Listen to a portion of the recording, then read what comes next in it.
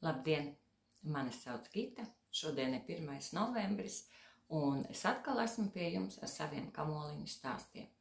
Ir pagājušas gandrīz nedēļas, un man ir liels prieks par to, ka maniem kamoliņu stāstiem ir pievienojušies jauni skatītāji, laipni lūgti šajā kanālā, kurā es stāstu par to, kas mani iedvesmo, par uzdītajiem darbiņiem, un arī reizēm par grāmatām, kuras es esmu izlasījusi vai noklausījusies. Un šodien nebūs izņēmums, un šodien tātad es pastāstīšu par to, ko es esmu par šīm nedēļām uzadījusi. Ir arī daži jauni pirkumiņi, ir dažas pārdomas par dzijām, kas ir manos krājumos, un pašās beigās tiem, kuriem interesē grāmatas, pastāstīšu par tām grāmatām, kuras es esmu noklausījusies pēdējo 2 nedēļu laikā, un tās, kuras man vēl ir plānos ieliktas rindas kārtībā. Nu tā, visu pēc kārtas, un sāksim mēs ar gatavajiem darbiņiem. Pagājušajā reizē es jums rādīju un stāstīju, ka es esmu pabeigusi adīt mazdēlam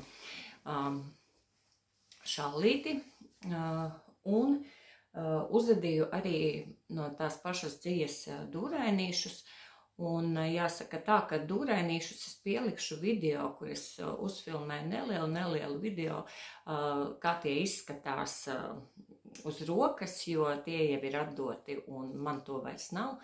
Un ja mēs runājam par oktobra otro pusi, tad oktobrs man bija tādu sīko darbiņu mēnesis, kurā es galvenokārt adīju cimdus, pirkstaņus, šalles un visādas citādas lietiņas. Un pamazām es esmu sādījusi lielāko daļu no tā, kas man bija vajadzīgs, bet joprojām izskatās, ka arī novembra sākums turpināsies ar šiem mazajiem darbiņiem. Tātad mazdēlam cimdiņi ir uzadīti, un nākamā lietiņa, kas man bija vajadzīga, ļoti steidzīgi bija mazmeitai cimdiņi, bet es nolēmu, ka es adīšu pirkstaņus, jo nezinu kāpēc. Tieši oktobrī mani pārņēma tāda vēlēšanās adīt pirkstaņus vienus pēc otra un pamēģināt kaut ko savu, un tāpēc es uzadīju veselus 2 pirkstaņus. Vienus es uzadīju meitai no Milifili gaiši brūnes merino dzijas un 30% kašmira, un mazmeitai es uzadīju no Vita Nalle, tātad no šīs dzīņas, kas ir zeķu dzīņa, tādā sarkanīgā krāsā. Nu šobrīd tā kā ārā ir tumšs un man ir mākslīgais apgaismojums, tā krāsa izskatās ne tāda, kā ir, bet tāda ļoti, ļoti skaista. Un es tūlīt mēģināšu sameklēt, kur ir krāsas tonis. Neko es nevaru sameklēt. Kur te mums ir krāsa, sastāvs ir, viss ir. Bet, īstenībā kāda tam ir nozīme? Varētu būt, ka krāsa ir 246, ja tas ir pareizais tonīts, bet katrā ziņā, katrs mēs jau dzīvu un toņus piemeklējam pēc tā, kas mums patīk, un es īsti neredzu vajadzību, teikt, kas tas ir par krāsu. Katrā ziņā man bija vesela ficīte no Vita Nalle zeķu dzijas pirkta Kamelijā, klasiskā zeķu dzīņa, drusku biezāka nekā 420 metri, šeit raksta, ka uz 100 gramiem ir 260 metri, adījues ar adatiņām 2,25, neskatoties ne uz ko, ka te iesaka lielākas adatas, un ja tā pavisam godīgi, pēc tām sajūtām un diega, es pat nevarētu teikt, ka tas ir kaut kas īpaši rupšs vai tā kā prasītos lielākas adatas. Ja es arī zeķi sādu no Vita Nalles, tad es tāpat tādu adatiņām 2,25. Un arī pirkstainīšu sadīju ar šīm pašām adatām pēc man jau labi zināmā apraksta Purple Denits uguns pirkstaini, Un aprakstu es esmu iepirkusi jau pagājušajā gadā. Man pēc šī paša aprakstiņa ir uzadīti sev pelēki pirkstaiņi. Un tagad es uzadīju arī mazmeitai. Un savukārt meitai es adīju vienkārši pēc tā paša principa, bez rakstiņiem, bez nekā. Un viss jau ir atdots, mazmeitas pirkstaiņus, es arī ielikšu mazā video, tos varēs redzēt, bet tos gaiši brūnos, tos gan jūs neredzēsiet, jo tie jau ir atdoti projām un man ir tikai bildītas. Un tad no tā viena 100 gramīgā kamoliņa man palika pāri 2 tādi mazi kamoliņi. Un tad, kad es aizbraucu ciemos, man meita lūdza uzadīt vēl cepuri un šalli, tādu ar priekšpusīti un mugurpusīti tādu, lai nav nekas jāsien, vienkārši uzvelc mugurā un ir. Un tā kā šī ir tāda vilnīga dzija, man dikti bail bija, kā mazmeitai kodīs plecus. Kakla daļā šī dzija grauzīs, jo tomēr vilna ir vilna, jo mazdēla šallīti, ko es adīju no Drops Fiesta zaļās, viņš man teica, Ome, man šallīte kutina, un tāpēc es sapratu, ka īsti labi nebūs pie kakliņa, un tāpēc es devos piepirkt vēl šo te vienu kamoliņu priekš cepures, un tad es ieraudzīju veikalā grozā, kur kamēlijā stāv šopeļi, ļoti skaistu pēc tonīša, ļoti iederīgu šo te šopeli. Šis laikam ir tas 6 diegu, kas ir 150 grami 100 gramos lielā kamolā. Un tad, kad es paskatījos to kamolu, mani tas ļoti, ļoti uzrunāja, jo dzīvē tās krāsas iet daudz labāk kopā. Un, jā, tur ir pa vidu kaut kur melnais, bet tas kamoliņš bija satīts tā, ka, ļoti iepatikās un uzreiz paņēma. Bet mana vilšanās bija tieši tajā brīdī, kad es sāku adīt no šī kamoliņa šallīti mazmeitai.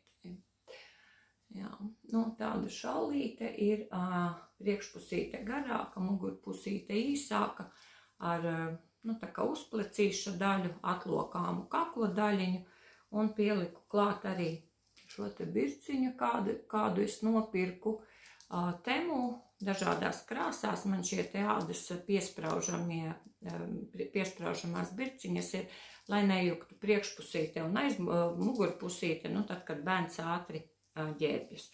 Un kas man šajā dzijā īsti nepatika, jūs jau varat saprast, ja?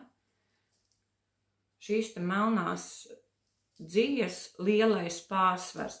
Es saprotu, ka tajā sarkanajā tur ir iejaukts tas melnais, bet tie tīri melnie pleķi ir tik nenormāli gari, ka īstenībā man sāka ļoti nepatikt. Un es adīju, un iedomājieties, ja no šīs kamola būtu jāada zeķe, tad iznāktu tā, ka man gandrīz pus zeķe ir melna, un tur, kur ir kaut kur tālāk ir gabaliņš raibas, ja? Tā kā īsti, ne. Adīju, nevarēju saprast, domāju, labi, par cik šī daļa ir tā, kas atlocīsies, un būs zem jakas apakšā, tad, tā melnai tur bijis nebijis. Tā kā šī vietā tā melnā daļa atkal bija tāda liela svītra, es domāju, labi, šī arī neredzēsies. Bet pēc tam, tad, kad nāca jau nākamā svītra, šī vietā bija atkal jābūt lielai melnai svītrai.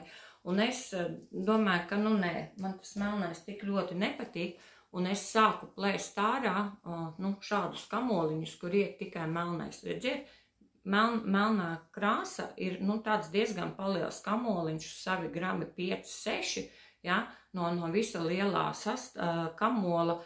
Tā kā tas man īsti nepatika šajā. Bet, katrā ziņā šallīties uzadīju, mīkstāka būs nekā Navita nāle, un vilkt tāpat vilks, ja nepatiks atdos brālim.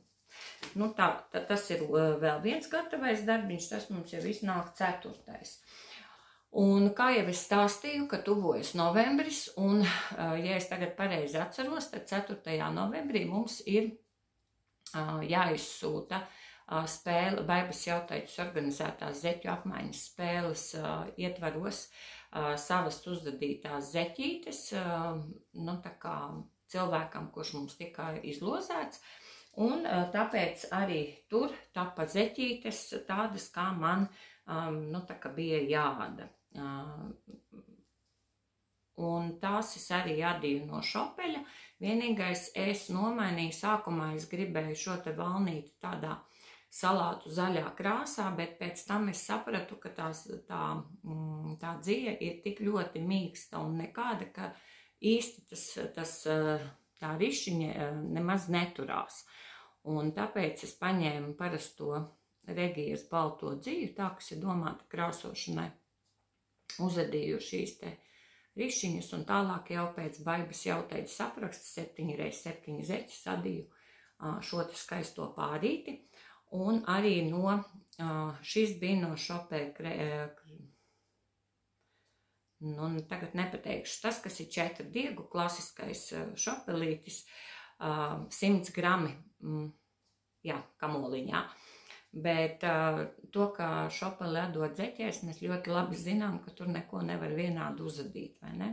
Jo tās krāsas tur iet tādā, nu tā kā bez loģikas kaut kas, un nevar, tad tur ir stipri jādomā, kā uzadīt 2 vienādas zeķes, un tāpēc to nemaz nav vērts darīt. Bet mans pārsteigums bija tik ļoti liels, ka atdot no šī kamola zeķi, otra man uzadījās. Redziet, pilnīgi identiska. Šeit es neko neņēmu ārā, neliku klāt. Tā kā man gāja kamols, tā es to arī turpināju adīt. Vienīgais, ko es darīju, ka es pašu sākumiņu, zeķes sākumiņu iesāku ar vienu un to pašu krāsu, vienā un tai pašā vietā sāku uzņemt valdziņus. Un tālāk man aizgāja pilnīgi vienādas zeķītes. Un tas man īstenībā ļoti iepriecina, jo, nu, es nezinu, tā kā es šo dāvinu cilvēkam, nevis pati nesāju, un es nezinu, kā viņam patīk zeķes, kuras ir atšķirīgas viena no otras, tad es biju ļoti priecīga par to, ka man ir iznākušas 2 vienādas zeķītes. Tas 39. izmērs. Un man no šīs te dzīņas palika pāri, no kamoliņa palika pāri, un tālāk tad es domāju, nu neko tur lielu nevar uzadīt, zeķes mazam, nu tā kad mazdēlam man arī nesanāks kaut ko likt klāt, tā kā īsti nav ko pielikt, un tāpēc es izdomāju uzadīt pirkstaiņus mazdēlam, un tie man tapa šādi te no šī paša šopeļa. Vienīgais, man bija ļoti bail, ka man nepietiks tās dzijas visiem pilniem pirkstaiņiem, un es savos krājumiņos atradu Drops Nord, šādu sūnu zaļā krāsā, kas ļoti labi sasaucas ar to šopelīšu, to sūnu zaļo, un uzadīju valnīšus. Un tātad man tapa šādi skaisti pirkstaiņi. Diemžēl man nav mazu bērnu pirkstaiņu formētāju, nu tāpēc izmazgāju, uzliku žāvēties, un kas tur sanāca, tas tur sanāca. Katrā ziņā pirkstainīši ir jauki krāsaini, un es domāju, ka mazdēlam patiks un varēs braukt tagad, kamēr vēl nav ļoti, ļoti augsts laiks. Nu, tas ir vēl viens gatavais darbs, paskatieties, pilnīgi komplektiņš, vai ne? Un tas ir no viena kamoliņa šopeļa dzijas. Runājot par dziju un dziju cenām, vienu brīdi man likās šopeles tik ļoti dārga dzija, ka es īsti neredzēju jēgu to pirkt, un kaut kā tās pirmās reizes man draudzība ar šo dziju tā kā neizveidojās. Un jāsaka tā pamazām, ejot laikam uz priekšu, vairāk atdot no šīs dzijas, man ļoti patīk. Tieši adīšanas process no dzijas, kas ir gan 4 diegu, gan 6 diegu, nu šī tā, kas skaitās tā 6 diegu. ļoti patīk zeķītes, un tās, ko es uzadīju sev pagājušajā gadā, tās es nesāju katru dienu pa māju, tā kā čību vietā, un jāsaka, ļoti labi nesājas, un mūsu draudzība ar šopeli sāk pamazām veidoties, un ja mēs salīdzinām šobrīd ar citām dzijām vai to pašu opālu vai kādu no šiem te segmentiem, kas ir ap 15, 13, tajā diapazonā, teiksim tā, no 11 līdz 15 eiro, tad es noteikti dotu priekš šopelim, teiksim, pa kaut kādiem 15, 14 eiro 100 grammiem, nekā, piemēram, opālam pa 12 eiro, ja? Un es aizvakar klausījos vienu adītāju, un viņa tieši teica, tā kā manas domas par dzīves cenu, ka pērkot, piemēram, to pašu šopeli vai kādu citu dārgāku dziju, vienam tas ir ļoti dārgi un viņš to nevar atļauties, citam tā ir pieņemama cena un viņš to var atļauties. Un katrā ziņā, izvēloties pirkt dārgāku dziju, mēs pērkam ne tikai materiālu, no kā uzadīt konkrētu priekšmetu, bet mēs maksājam arī par sajūtām un emocijām, kuras mēs izbaudām adīšanas laikā. Un man šī doma tik ļoti iepatikās, ka, laikam, jā, tāpēc arī mēs varam atļauties sevi palutināt ar kādu dārgāku dziju, vai tā ir kāda īpaša cilvēka krāsot ar rokām dzija, kas ir mazliet dārgāka nekā parasti veikalā nopērkama, vai mēs pērkam to pašu šopeli, vai piemēram, pērkam zeķu dziju ar kašmiru. Tātad mēs maksājam šo summu ne tikai par materiālu, bet arī par emocijām, ko mēs gūstam, strādājot ar to. Nu tātad tas ir vēl viens gatavais darbiņš, kas man ir jums šobrīd parādāms, viena ficīte un divi gatavi darbiņi.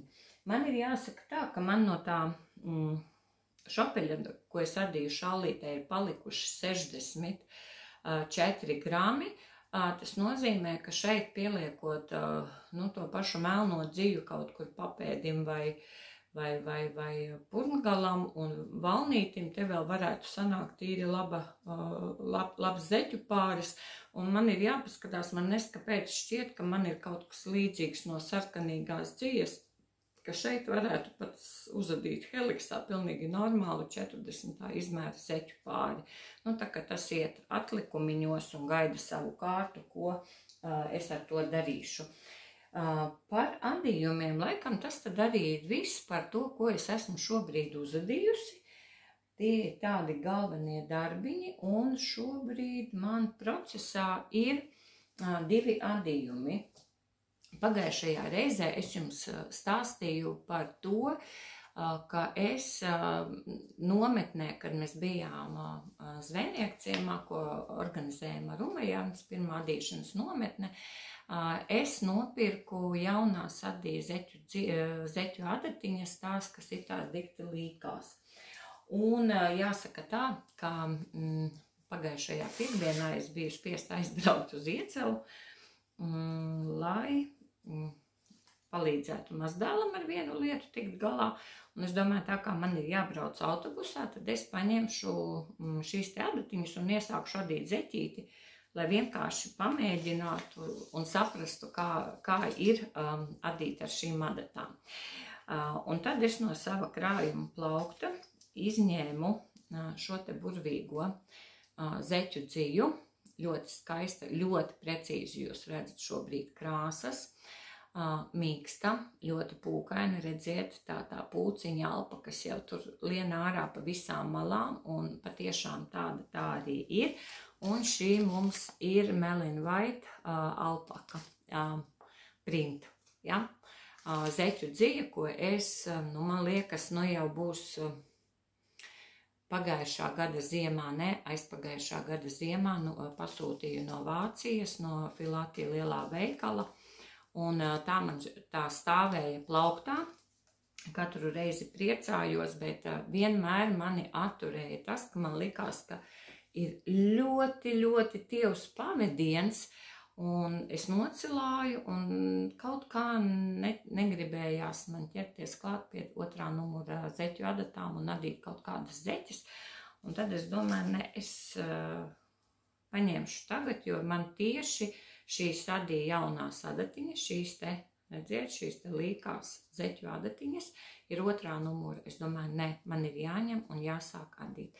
Un es, kamēr braucu autobusā no Rīgas uz Iecevu, es uzadīju valnīti ar šīm te adatiņām. Jāsaka, adīt ļoti interesanti, kaut kā, kaut kādu laiciņu man vajadzēja, kamēr man rokas vispār pierada pie tās līkās adatas, un vēl joprojām kaut kā neparasti šķiet, bet jebkurā gadījumā adīt ir ļoti patīkami. Varbūt pēc koka adatiņām man īsti tā kā uz tausti nepatīk alumīnijas, bet tā nav tā sliktākā lieta, ko es nevarētu pieciest, no koka tik līkas adatas neuztaisīsim, ja? Nevajag jau gribēt visu, ko prāts iedomā.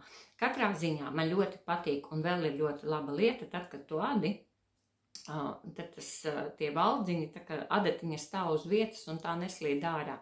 Tā kā, jā. Pieredze interesanta, noteikti nenožēloju, ka es šīs adatiņas esmu nopirkusi. Un šis man procesiņš, acīm redzot, būs tāds, ka tad, kad es kaut kur došos ceļā, tad ņemšu līdzi un adīšu tālāk uz priekšu. Man patīk gan dzija, gan adatas, gan arī tas, kas tur sanāk, jo, tāds akvarelīts būs mīkstas, ļoti pūkainas un ļoti, ļoti siltas zeķes.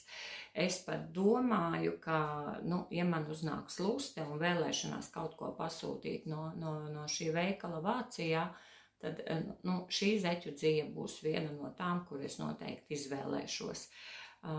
Es nezinu, es jau esmu stāstījusi, ka tas ir veikals Vācijā, viņi arī praktiski nepilnas nedēļas laikā atsūta, un arī sūtījums tur nebija īpaši dārgs uz Latviju.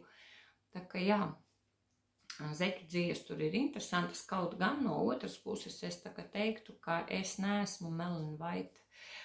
Tās nevis Melon White, bet Lana Grossa dziju baigais fans, jo viņiem ir, ja mēs tā paskatāmies uz sastāvu, ļoti daudz sintētikas iekšā, tur ir akrili un neiloni un kaut kas, it kā pie labo dziju sastāviem. Tie pārsvarā 50 gramu ficītes ar tādu, 50 gramu ficītes ar pietiekami lielu sintētisko sastāvu, bet cenas tur ir tādas, ka maz neliekās, tā kā no 6 eiro uz augšu līdz pat 11, un ja tu paskaties, ka tu varētu nopirkt uz vietas, pieņemsim, tai pašās spolēs tīru alpaku vai tīru kašmiru vai tīru merīnu vilnu vai kaut kādus tādus dabīgo dziju maisījumus, ka tas iznāktu daudz, daudz lētāk nekā pirkt to, un tā kā skatoties Vācijā adītājus, kuriem ir arī YouTube kanāli un kuras ļoti daudz ada no šīs Lana Grossas dzijas, viņas saka, ka ir pietiekami daudz un bieži sastopās tajā mazajā kamoliņā mezgli, un pie kam tie mezgli ir tādā vietā, ka neloģiski turpinās pavadiens, ja, piemēram, tā ir kaut kāda dzija ar krāsu pārējām, ja. Tā kā es tā kā neesmu fans šīs te dzijas, bet konkrēti šī dzija, kas man patīk, ja, tā kā ļoti jauki. Un adatiņas man arī patīk, un tas mums aiziet maliņā. Nākamais ir par to, kas man ir uz adatām. Es kaut kā pēdējā laikā ļoti ilgi nevarēju saņemties un kaut ko adīt lielu, un arī šie visi mazie projektiņi bija tādi, kas prasīja tā kā tūlītēju adīšanu, bet tā kā man meita ir stipri nometusi svaru, viņa man palūdz uzadīt jaunus džemperus, viņai vajadzētu, kas viņai tā kā nav vairs tik lieli kā tie, kas viņai ir uzadīti. Un tagad darbā arī, kad brauc viņiem birojā, esot gana vērs. Un tā nu es ķēros klāt pie tām dzijām, kas man stāv manā plauktā. Un iesāku viņai adīt šādu gaišu zilu džemperi. Esmu jau tikusi apmēram kaut kādus centimetrus, 7, 8 pēc piedurkņu atdalīšanas, adu reglāniņu, un kā vienmēr, tātad apkaklīte ir valnītis viens labiski, viens krēliski, pēc tam es pārēju uz šo te viltu sketelējumu, kas adās 3 rindiņas dubultā, tā kā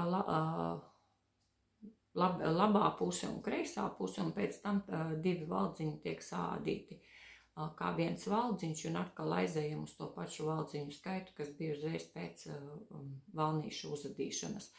Un tad, kad veido plecu daļā pagriezienus un kaklu izgriezumu priekšpusē un aizmugurē, es pieaudzēju katrā 2. rindā, redziet, tik tālu tas man arī aiziet. Tad es kaut kādu laiciņu pieaudzēju katrā 3. rindā, gan piedurknītē, gan stāvā. Un tad man aiziet katrā 2. rindā atkal, kamēr es izēju uz to vajadzīgo valdziņu skaitu. Šāds pieaudzējums pie tādiem ļoti lieliem izmēriem.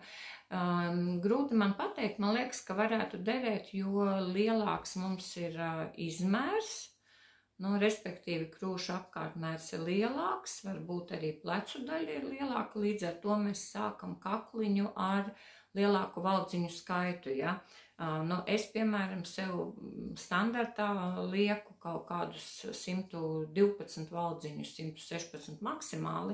Šim jau man bija 120 valdziņi kakla valnītim, bet es pieļauju domu, ja ir cilvēki, kuriem ir lielāki izmēri, kad viņi sāk ar vēl lielāku valdziņu skaitu, un tad attiecīgi šī te daļa arī tā kā pamainās un aiziet. Jā, un reglāna līniju es parasti mēru pa priekšpusīti, un es adu no šīs vietiņas, lai priekšpusē reglāna līnija man būtu 25 centimetri, un tad es sāku atdalīt piedurknes un aizēju tālāk, un tad man arī ir ļoti labi tā visa piedurkņu darīšana. Tāds man procesiņš ir, šo es tā kā lēnā garā, tad, kad man apnīk adīt kaut ko no sīkumiem un gribās vienkārši nedomājot kaut ko pādīt, sevišķi tagad labisko adījumu uz leju, tad tā es tā daru. Un tā kā man šeit ir mohēra ar zīdu, un tas zīda, tas baltais pavadieniņš uz tā gaiši zilās mohēras dot tādu melanžētu. Tad man bija šeit merino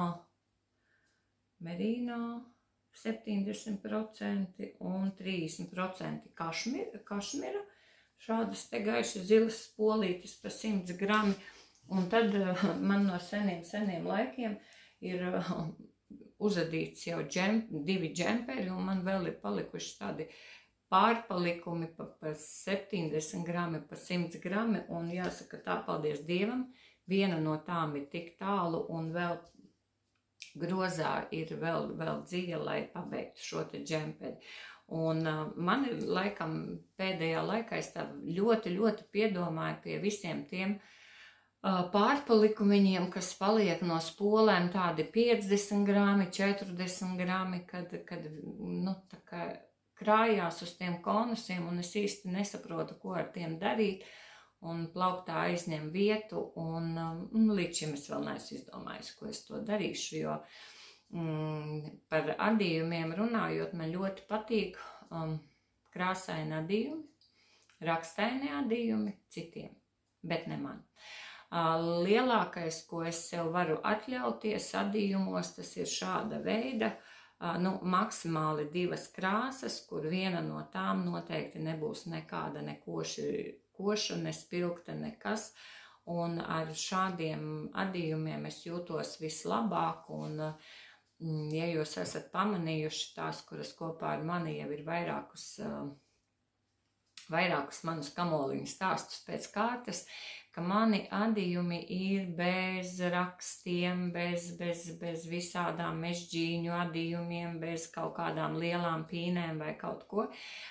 Ne tāpēc, ka es nemāku adīt pīnes, ne tāpēc, ka es nemāku adīt mežģīņu rakstus, es to esmu adījusi ļoti daudz, arī sev, bet nu, tā kā es neādu uz pārdošanu, es neādu kaut kam, bet es ādu sev, tad es esmu sapratusi, ka man vislabāk der vienkārši, bez īpašiem rakstiem, bez daudzām krāsām, vienkrāsaini adījumi, un tāpēc manos adījumos varbūt ir tāda, it kā liekas vienveidība, bet, nu, tajos es jūtos vislabāk. Es šobrīd mēģinu ar dažādām konstrukcijām, ar to pašu reglānu, ar to japāņu plecu un ar eiropiešu plecu, un es te klausījos vienā apraidē Svetlana no Norvēģijas, ukrainiete, kam ir savs YouTube kanāls. Viņa arī par to stāstīja, un pagaidiet, man doma izkrita par tiem vienkāršajiem adījumiem. Nu jā, un mēs jau vadām sev, un lai mēs justos, mums ir vajadzīgs tas, kas mums ir vajadzīgs. Bet reizi pa reizē man tā kā domas aiziet uz kaut kādiem rakstiņiem, un arī šoreiz, ja mēs tā runājam par tiem nākotnes plāniem, tad man galvā grozās viens rakstains džemperis, ļoti līdzīgs tā kā man ir šis Telemark džemperis no Daļas Nekrāsovas.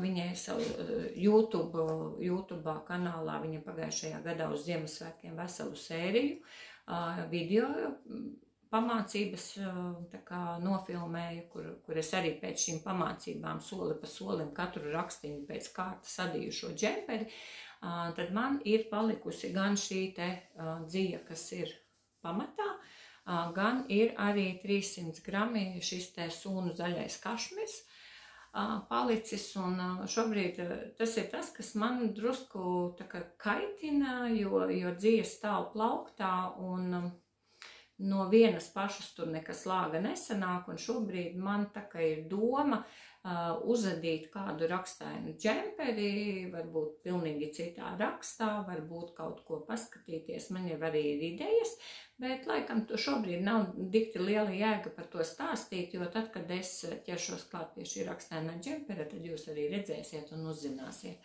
Nu, ko tas ir par maniem tādiem tuvākajiem plāniem, laikam arī visi adījumi ir bijuši pietiekami daudz sīku visādu, un vēl plānā man ir uzadīt tuvākajās nedēļās, teiksim, 2 cepuris, jo man vajag mazmeitē šo te cepuri uzadīt, un man vajag uzadīt vīram cepuri.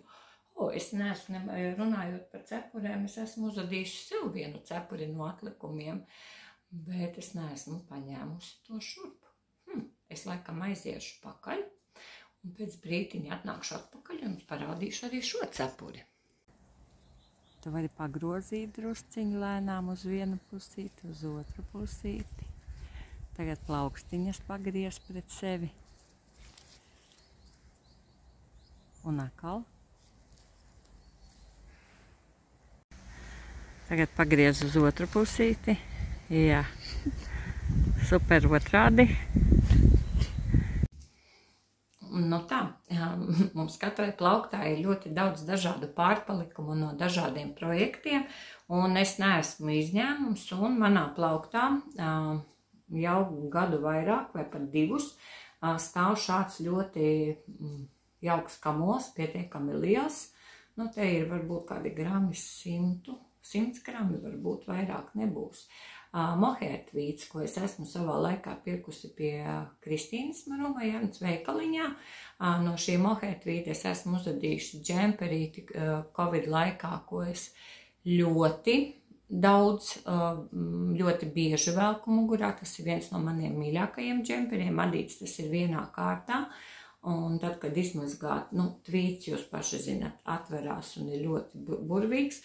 Un šis ir tāds beišīgi brūngans, ļoti skaists. Un tad man pārpalikumos ir satīti Viens pavadiens gaišāk brūns merino vilniņa un 2 pavadieniņi tumšāk brūni.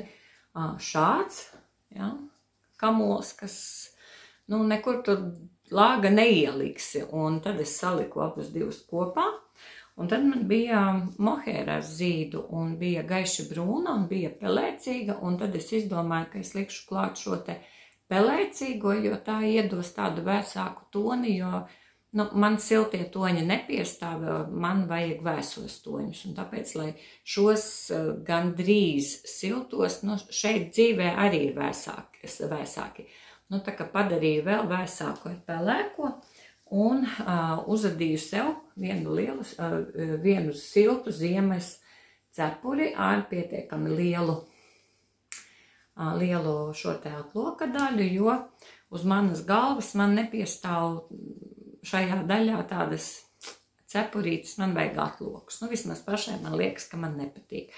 Nu tā, un tad es saliku visus kopā, redzēt, mohēriņas mīkstums, tvīdiņa, raibumiņš un cepurīte ir silta un ļoti skaista. Un adīju es 116 valdziņi, jā, bija 116 valdziņi, 2 labiski, 2 kreiliski, jā.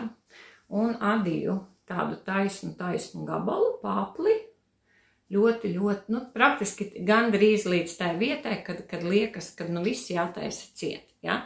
Ņemot vērā to, cik lielu atloku es vēlos. Ja? Un tad, kad es saprotu, uzliekot galvā, ka te jau prasās aiztaisīt, tad es tā arī daru, ka vispirms es aiztaisu sādot vienā rindā visus kreiliskos valdziņus, kur ir 2 kreiliskie, nu, tā kā kopā. Man paliek 2 labiski, 1 kreiliski.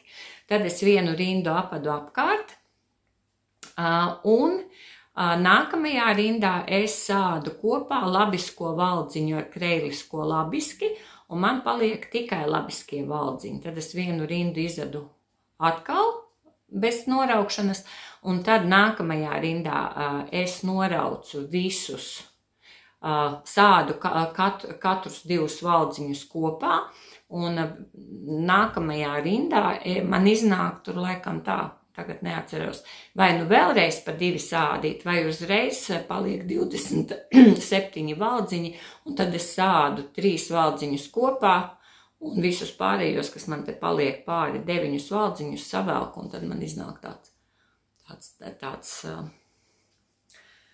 man iznāk tas cepurītes nobeigums. Man šī te ļoti patīk, un praktiski šī forma ir viena no tām, kas man pašai patīk vislabākā, man izskatās. Un šāda cepure man augstākam ziemas laikam, un kā jūs redziet, dzīve ir vēl palikusi pāri. Te varētu būt, ka ja es vēl pielieku drusku, jo man no šīs pelēkās dikti nekas daudz nesanāk, jāpaskatās, varbūt kaut kas vēl ir pelēks, nu varbūt kaut kādu šāli piādīt klāt pie šīs te cepures, jo, nu, atkal pārpalikumi paliek pārpalikumos. Un runājot par dziļu pirkumiem, es nezinu, par ko es domāju un ko es gribēju, Facebookā grupā, tur, kur adītājs ieliek tirgo savus krājumus, es pamanīju ļoti skaistas šādus te kamolus dzijas, labas sastāva dzijas, tur ir mohēras, tur ir merino, tur ir viss kaut kas, ja, tādi satīti kamoliņi, nu, šie laikam tie saucamie, varbūt dizaina kamoli, varbūt arī ne, ļoti feini, un es tā kā noskatījos, puskilogramu paņēmu, tā cena arī nebija liela, un es paņēmu šos te puskilogramu ar tādu domu, ka varbūt uzadīšu kaut kādu siltāku džemperi. Un tad, kad man atnāca šie te kamoliņi, man tā kā bišķi bija vilšanās, jo šie 2 ir tā kā vienādi, bet šie divi pilnīgi atšķirās. Viņi pat kamerā atšķiras visi 4. Šeit ir vairāk tā kā zaļās krāsas, šeit ir vairāk violetās krāsas, te ir tā kā lureksiņš, te tā kā lureksiņš ir vienā un otrā nav. Un vārdu sakot, man šobrīd ir 600 grami šādi raibuļi, un tagad man ir jāsaka, ko es ar to darīšu, viens Dievs to zina. Un nopirku un jādomā. Varbūt pielikt kaut kādu pamatoni vai adīt heliksā, nu vārdu sakot, kaut kas tur jādomā, bet kas tur būs beigās, tāds spontānais pirkums, kuru īstenībā varēja arī nepirkt. Nu, tas ir par maniem adījumiem, bet kā jau es jums teicu, man vēl ir dažas lietiņas. Nu, dzīve mums adītājiem nesastāv tikai no adījumiem, vai ne? Un adīšanas mājās, bet tie ir noteikti dažādi pasākumi, kuros mēs piedalāmies un apmeklējam. Un man ir jāsaka, liels prieks, ka atkal ir atsākusies adījumu pārgājienu sezona. Ja nemaldos, šodien, sestdienā, 1. novembrī ir 2. pārgājiens, kur adītājas kopā ar Rūtu, kas ir šo pārgājienu organizētāja, brauc uz Siguldu doties staigāt, bet es šodien izvēlējos palikt mājās un uzfilmēt video, jo es saprotu, ka pa nedēļas vidu man to izdarīt ir ļoti grūti, jo agri no rīta eju projām, un tad, kad nāku mājās, jau ir melna tumsa, un apgaismojums varbūt nav gluži tāds, lai uzņemtu video, un rīt es dodos vēl vienā adīšanas pasākumā, tātad man arī video uzņemšana atkristu rīt, un tas ievilktos vēl uz nedēļām 2 vai 3, un tik lielu pārtraukumu man tā kā negribētos taisīt. Ja? Un tāpēc šodien es esmu kopā ar jums, un adītājas, kuras piebiedrojās Rūtai, staigā pa Siguldu, bet es ļoti ceru, ka tuvākajās reizēs es pievienošos un būšu kopā ar viņām, jo tie ir tiešām ļoti gan veselībai vajadzīgi, gan arī emocijām bagāti, un kopā būšana ne tikai jādod, bet arī staigājot ir ļoti svētīga. Un savukārt rīt, 2. novembrī, Mākslas studijā Dubulti notiks pirmais adītāju kopadīšanas pasākums Jūrmalā, kas saucas Valdzinājums, ko organizē tātad Jūrmalas adītājas, tātad studijas cilvēki, un pasākums notiks no 2:00 līdz pat pēcpusdienai. Tajā ir paredzētas tikšanās ar Baibu Pilāni, kas stāstīs par zeķu adīšanu, ar Renāti Dziedātāju, kura stāstīs par savas grāmatas, par savu grāmatu un savu pētījumu. Noteikti tur būs tikšanās ar Kristīni Marumajārns, un tur būs, kur stāstīs savukārt, kā no hobija izaug biznes, un vēl ļoti daudz citas tikšanās. Anita Toma mums laikam rādīs, kā vērpt vilnu. Jā, pašām iemācīties vērt, būs tāda neliela meistarklase. Varbūt sakot, ļoti daudz dažādu interesantu cilvēku, kas ir saistīti ar adīšanu, un būs ar viņiem tikšanās. Pasākuma beigās būs plānots arī neliels koncerts. Jāņem līdzi ir adīklis, labs garastāvoklis, un, vārdu sakot, rītdiena solās būt ļoti interesanta, gan tikšanās, gan jaunas iepazīšanās, gan jauna pieredze. Tā kā tas ir pasākums, uz kuru es došos. Un dosies ļoti daudz adītājus, un nevelti. Rīt, ja es pareizi atceros, tad 1:30 no Rīgas uz Jūrmalu brauc arī vilciens, kur adītājas tiekas 2. un 3. vagonā, un mēs visas kopīgi čalodamas, adīdamas dosimies uz šo pasākumu. Un tātad, ja tevi tas interesē, tad vari pievienoties, bet es tagad to pateicu, bet sapratu, ka varbūt, ja tu nepaspēji noskatīties šovakar šo video, tad varbūt tev ir citādā veidā nonākusi šī informācija. Tā kā, ja šis ir pirmais, tad noteikti nebūs pēdējais pasākums un sekosim līdzi Jūrmalas rokdarbniekiem, lai mēs arī varētu piedalīties un būt kopā ar viņiem. Un, protams, jau tuvojas ļoti, ļoti gaidītais mans pats pirmais brauciens ar Ilzes Salmas organizēto rokdarbu reisu uz Mardelātu, uz Tallinu, uz šo te lielo rokdarbu gada tirgu, kas ir ikgadējais katru gadu novembra sākumā Tallinā. Un mums tur arī ir paredzēta plaša programma, gan ražotnes apmeklējums Adelong fabrikā.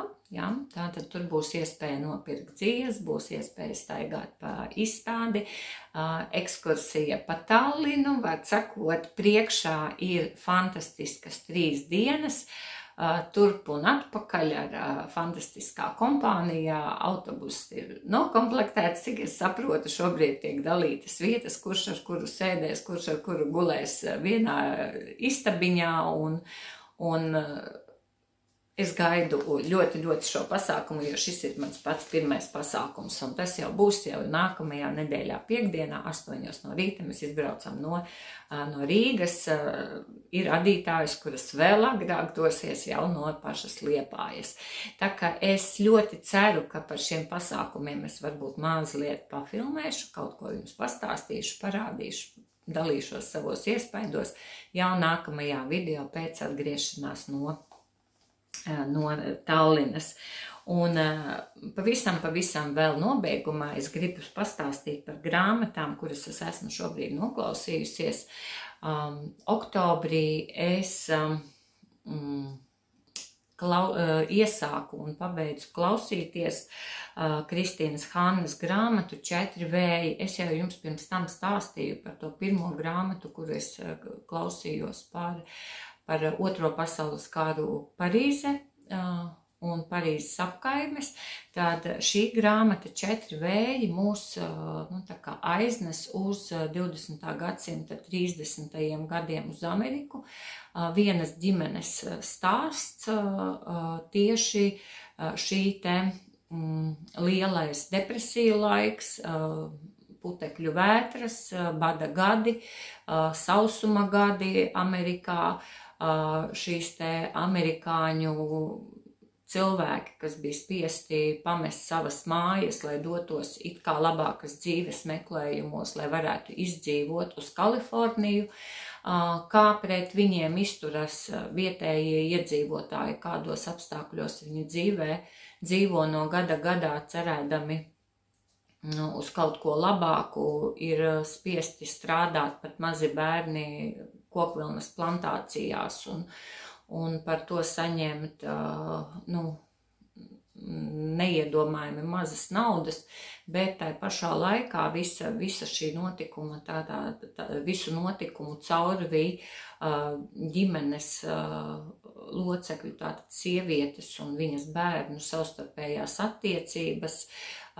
Tur ienāk mīlestība, tur ienāk ticība sev, saviem spēkiem, tur ir traģiskas nots, bet katrā ziņā grāmata gluži tāpat kā pirmā man ļoti patika.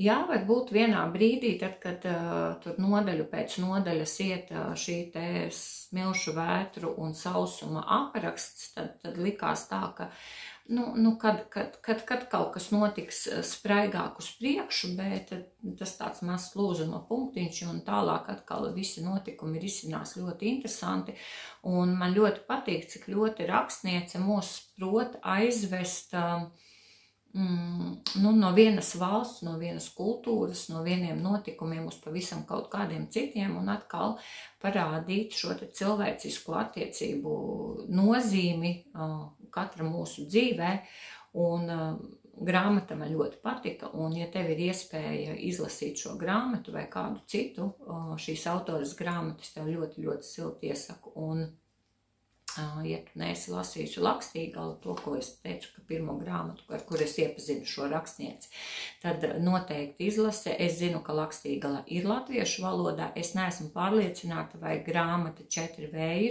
tulkota latviešu valodā, bet ja tu lasi angļu valodā, tad es pieļauju domu, ka to var arī dabūt angliski. Es to klausos krievu valodā un pie kam ļoti labā tulkojumā un ļoti labā lasījumā, jo klausoties audio grāmatas es varu adīt.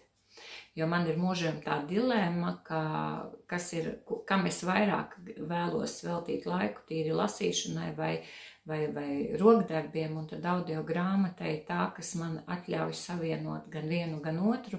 Un ja ir adītājs, kuras, es zinu, kad ir cilvēki, kas saka, ka tad, kad es adu, es nevaru koncentrēties uz grāmatu, un tad, kad es koncentrējos uz grāmatu, es nevaru koncentrēties uz adījumu. Man ir gluži otrādi, kad man liekas, ka mana koncentrēšanās tā ļoti sadalās gan uz adījumu, gan uz grāmatu, un man ļoti patīk klausīties, un tad ir tā, ka es varu stundas no vietas vairākas klausīties, un man pilnīgi liekas, ka negribas pārtraukt, lai pieceltos, izkustētos un turpinātu tālāk klausīties. Tā kā jā, un pēc tam, kad es biju noklausījusies šo grāmatu 4 vēji, man Instagramā parādījās, ik pa brīdim parādās tas, kas mūs interesē, mums tiek piedāvāta informācija. Un man parādījās vienas Maskavas universitātes ārzemju literatūras katedras profesors vai docents, nepateikšu, īstenībā tam nav svarīgi, neliels video, kurā viņai lūdz ieteikt 5 grāmatas, kuras katram cilvēkam būtu noteikti savas dzīves laikā jāizlasa. Un viena no tām bija Japāņu izcelsmes britu rakstnieka Kadzuo Ishiguro grāmata Neatlaid mani. Un es noklausoties uzreiz sameklēju savā literesā šo te audio grāmatu. Man palaimējās, ka tā ir iztulkota krievu valodā, grāmata oriģināli ir angļu valodā, un pie kam ļoti labā lasījumā, jo lasītāja balsī ir ļoti liela nozīme, klausoties audio grāmatas. Un sižets ir atkal tāds ļoti par to ir jādomā, un es patiešām piekrītu, ka šī varētu būt viena no tām grāmatām, kuru ir vērts izlasīt, jo doma ir tāda, ka pēc Otrā pasaules kara cilvēki slimo un cilvēkiem ir nepieciešamas orgānu transplantācijas.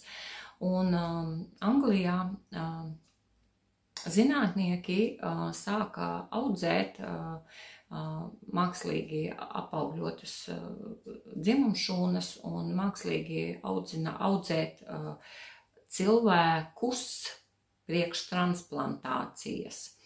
Un vienīgā atšķirība, kas atšķir šīs būtnes no mums visiem pārējiem, ir tā, ka viņiem nevar būt pēcnācēji.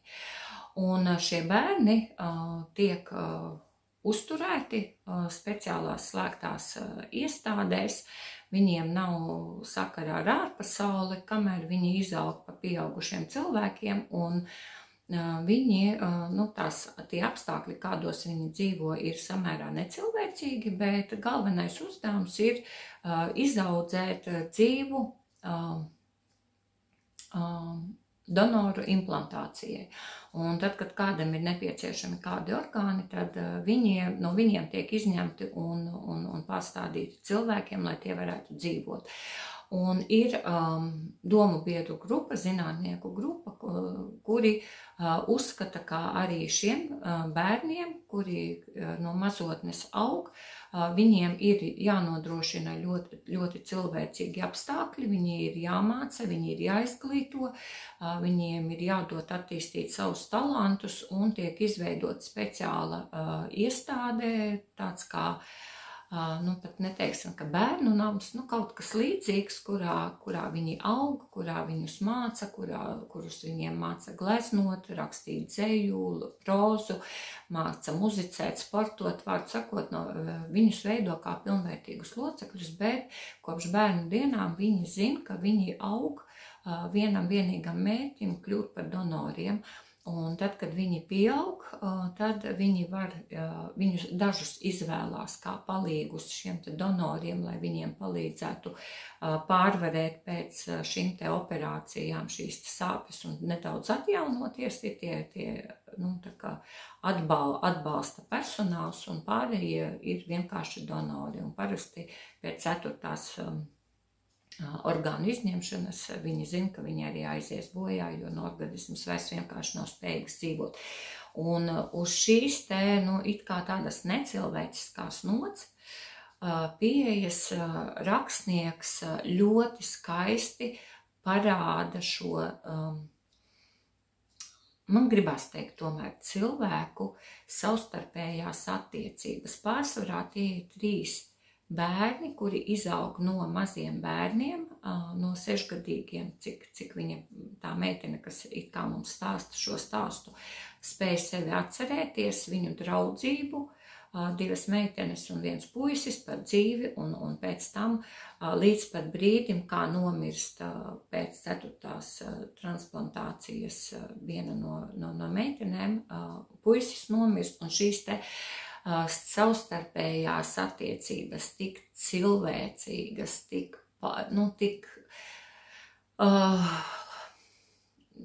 emocijām bagātas, tādām, kas raisa pārdomas katrā no mums, kā patiešām līdz pēdējiem brīdim bija ļoti interesanti klausīties grāmatu, un jāsaka, tēma ir ļoti tāda drūma un smaga, bet katrā ziņā, lasot grāmatu, priekšplānā iznāk tas vieglums, dzīves skaistums no mirkļiem, kad mēs esam kopā ar draugiem, tuviem cilvēkiem, ar savām domām, ka tas ir tik viegls, ka tā smagā tēma paliek tāda kā otrajā plānā, un šī grāmata patiešām mani ļoti uzrunāja. Un, ja tev ir iespēja atrast, tad nepažēlo un izlasi, nepažēlo laiku un izlasi grāmatu. Un šobrīd es esmu iesākusi klausīties 3. Kristīnas Hannas grāmatu Jāņtārpiņu ieleja. Un arī šī grāmata ir Amerika. Un redzēsim, uz kurien tā aizvedīs 2 meiteņu draudzību. Ļoti atšķirīgu meiteņu draudzību, un ar ko tas beigsies, tad, kad es izlasīšu šo grāmatu, es ar tevi padalīšos. Bet man atkal izskatās, ka es esmu dikti aizpļāpājusies. Es ceru, ka tu par šo laiku esi, paklausoties mani, pādījusi, tev sadīklīts vai izšuvums vai tamborējums ir paaudzes lielāks, un man jāsaka tev paldies par to, ka tu veltīji laiku pabūt kopā ar mani. Noklausījies manas stāstiņus, un tagad gan es teikšu paldies tev, lai turpinās rudens un sveču gaismas, jo šobrīd uguntiņa mums ir vairāk vajadzīga nekā pirms tam. Mazliet būs kadri no zelta rudens, un šobrīd jau koku lapas ir galīgi nobirušas, un koki ir kaili, un ienāk novembris ar savu drūmumu, bet lai tev netrūkst gaismas, siltuma un sirds prieka. Uz tikšanos pēc tam, kad es atgriezīšos mājās no Tallinas un pastāstīšu par saviem iespējiem. Paldies tev un līdz nākamajai reizei uz tikšanos!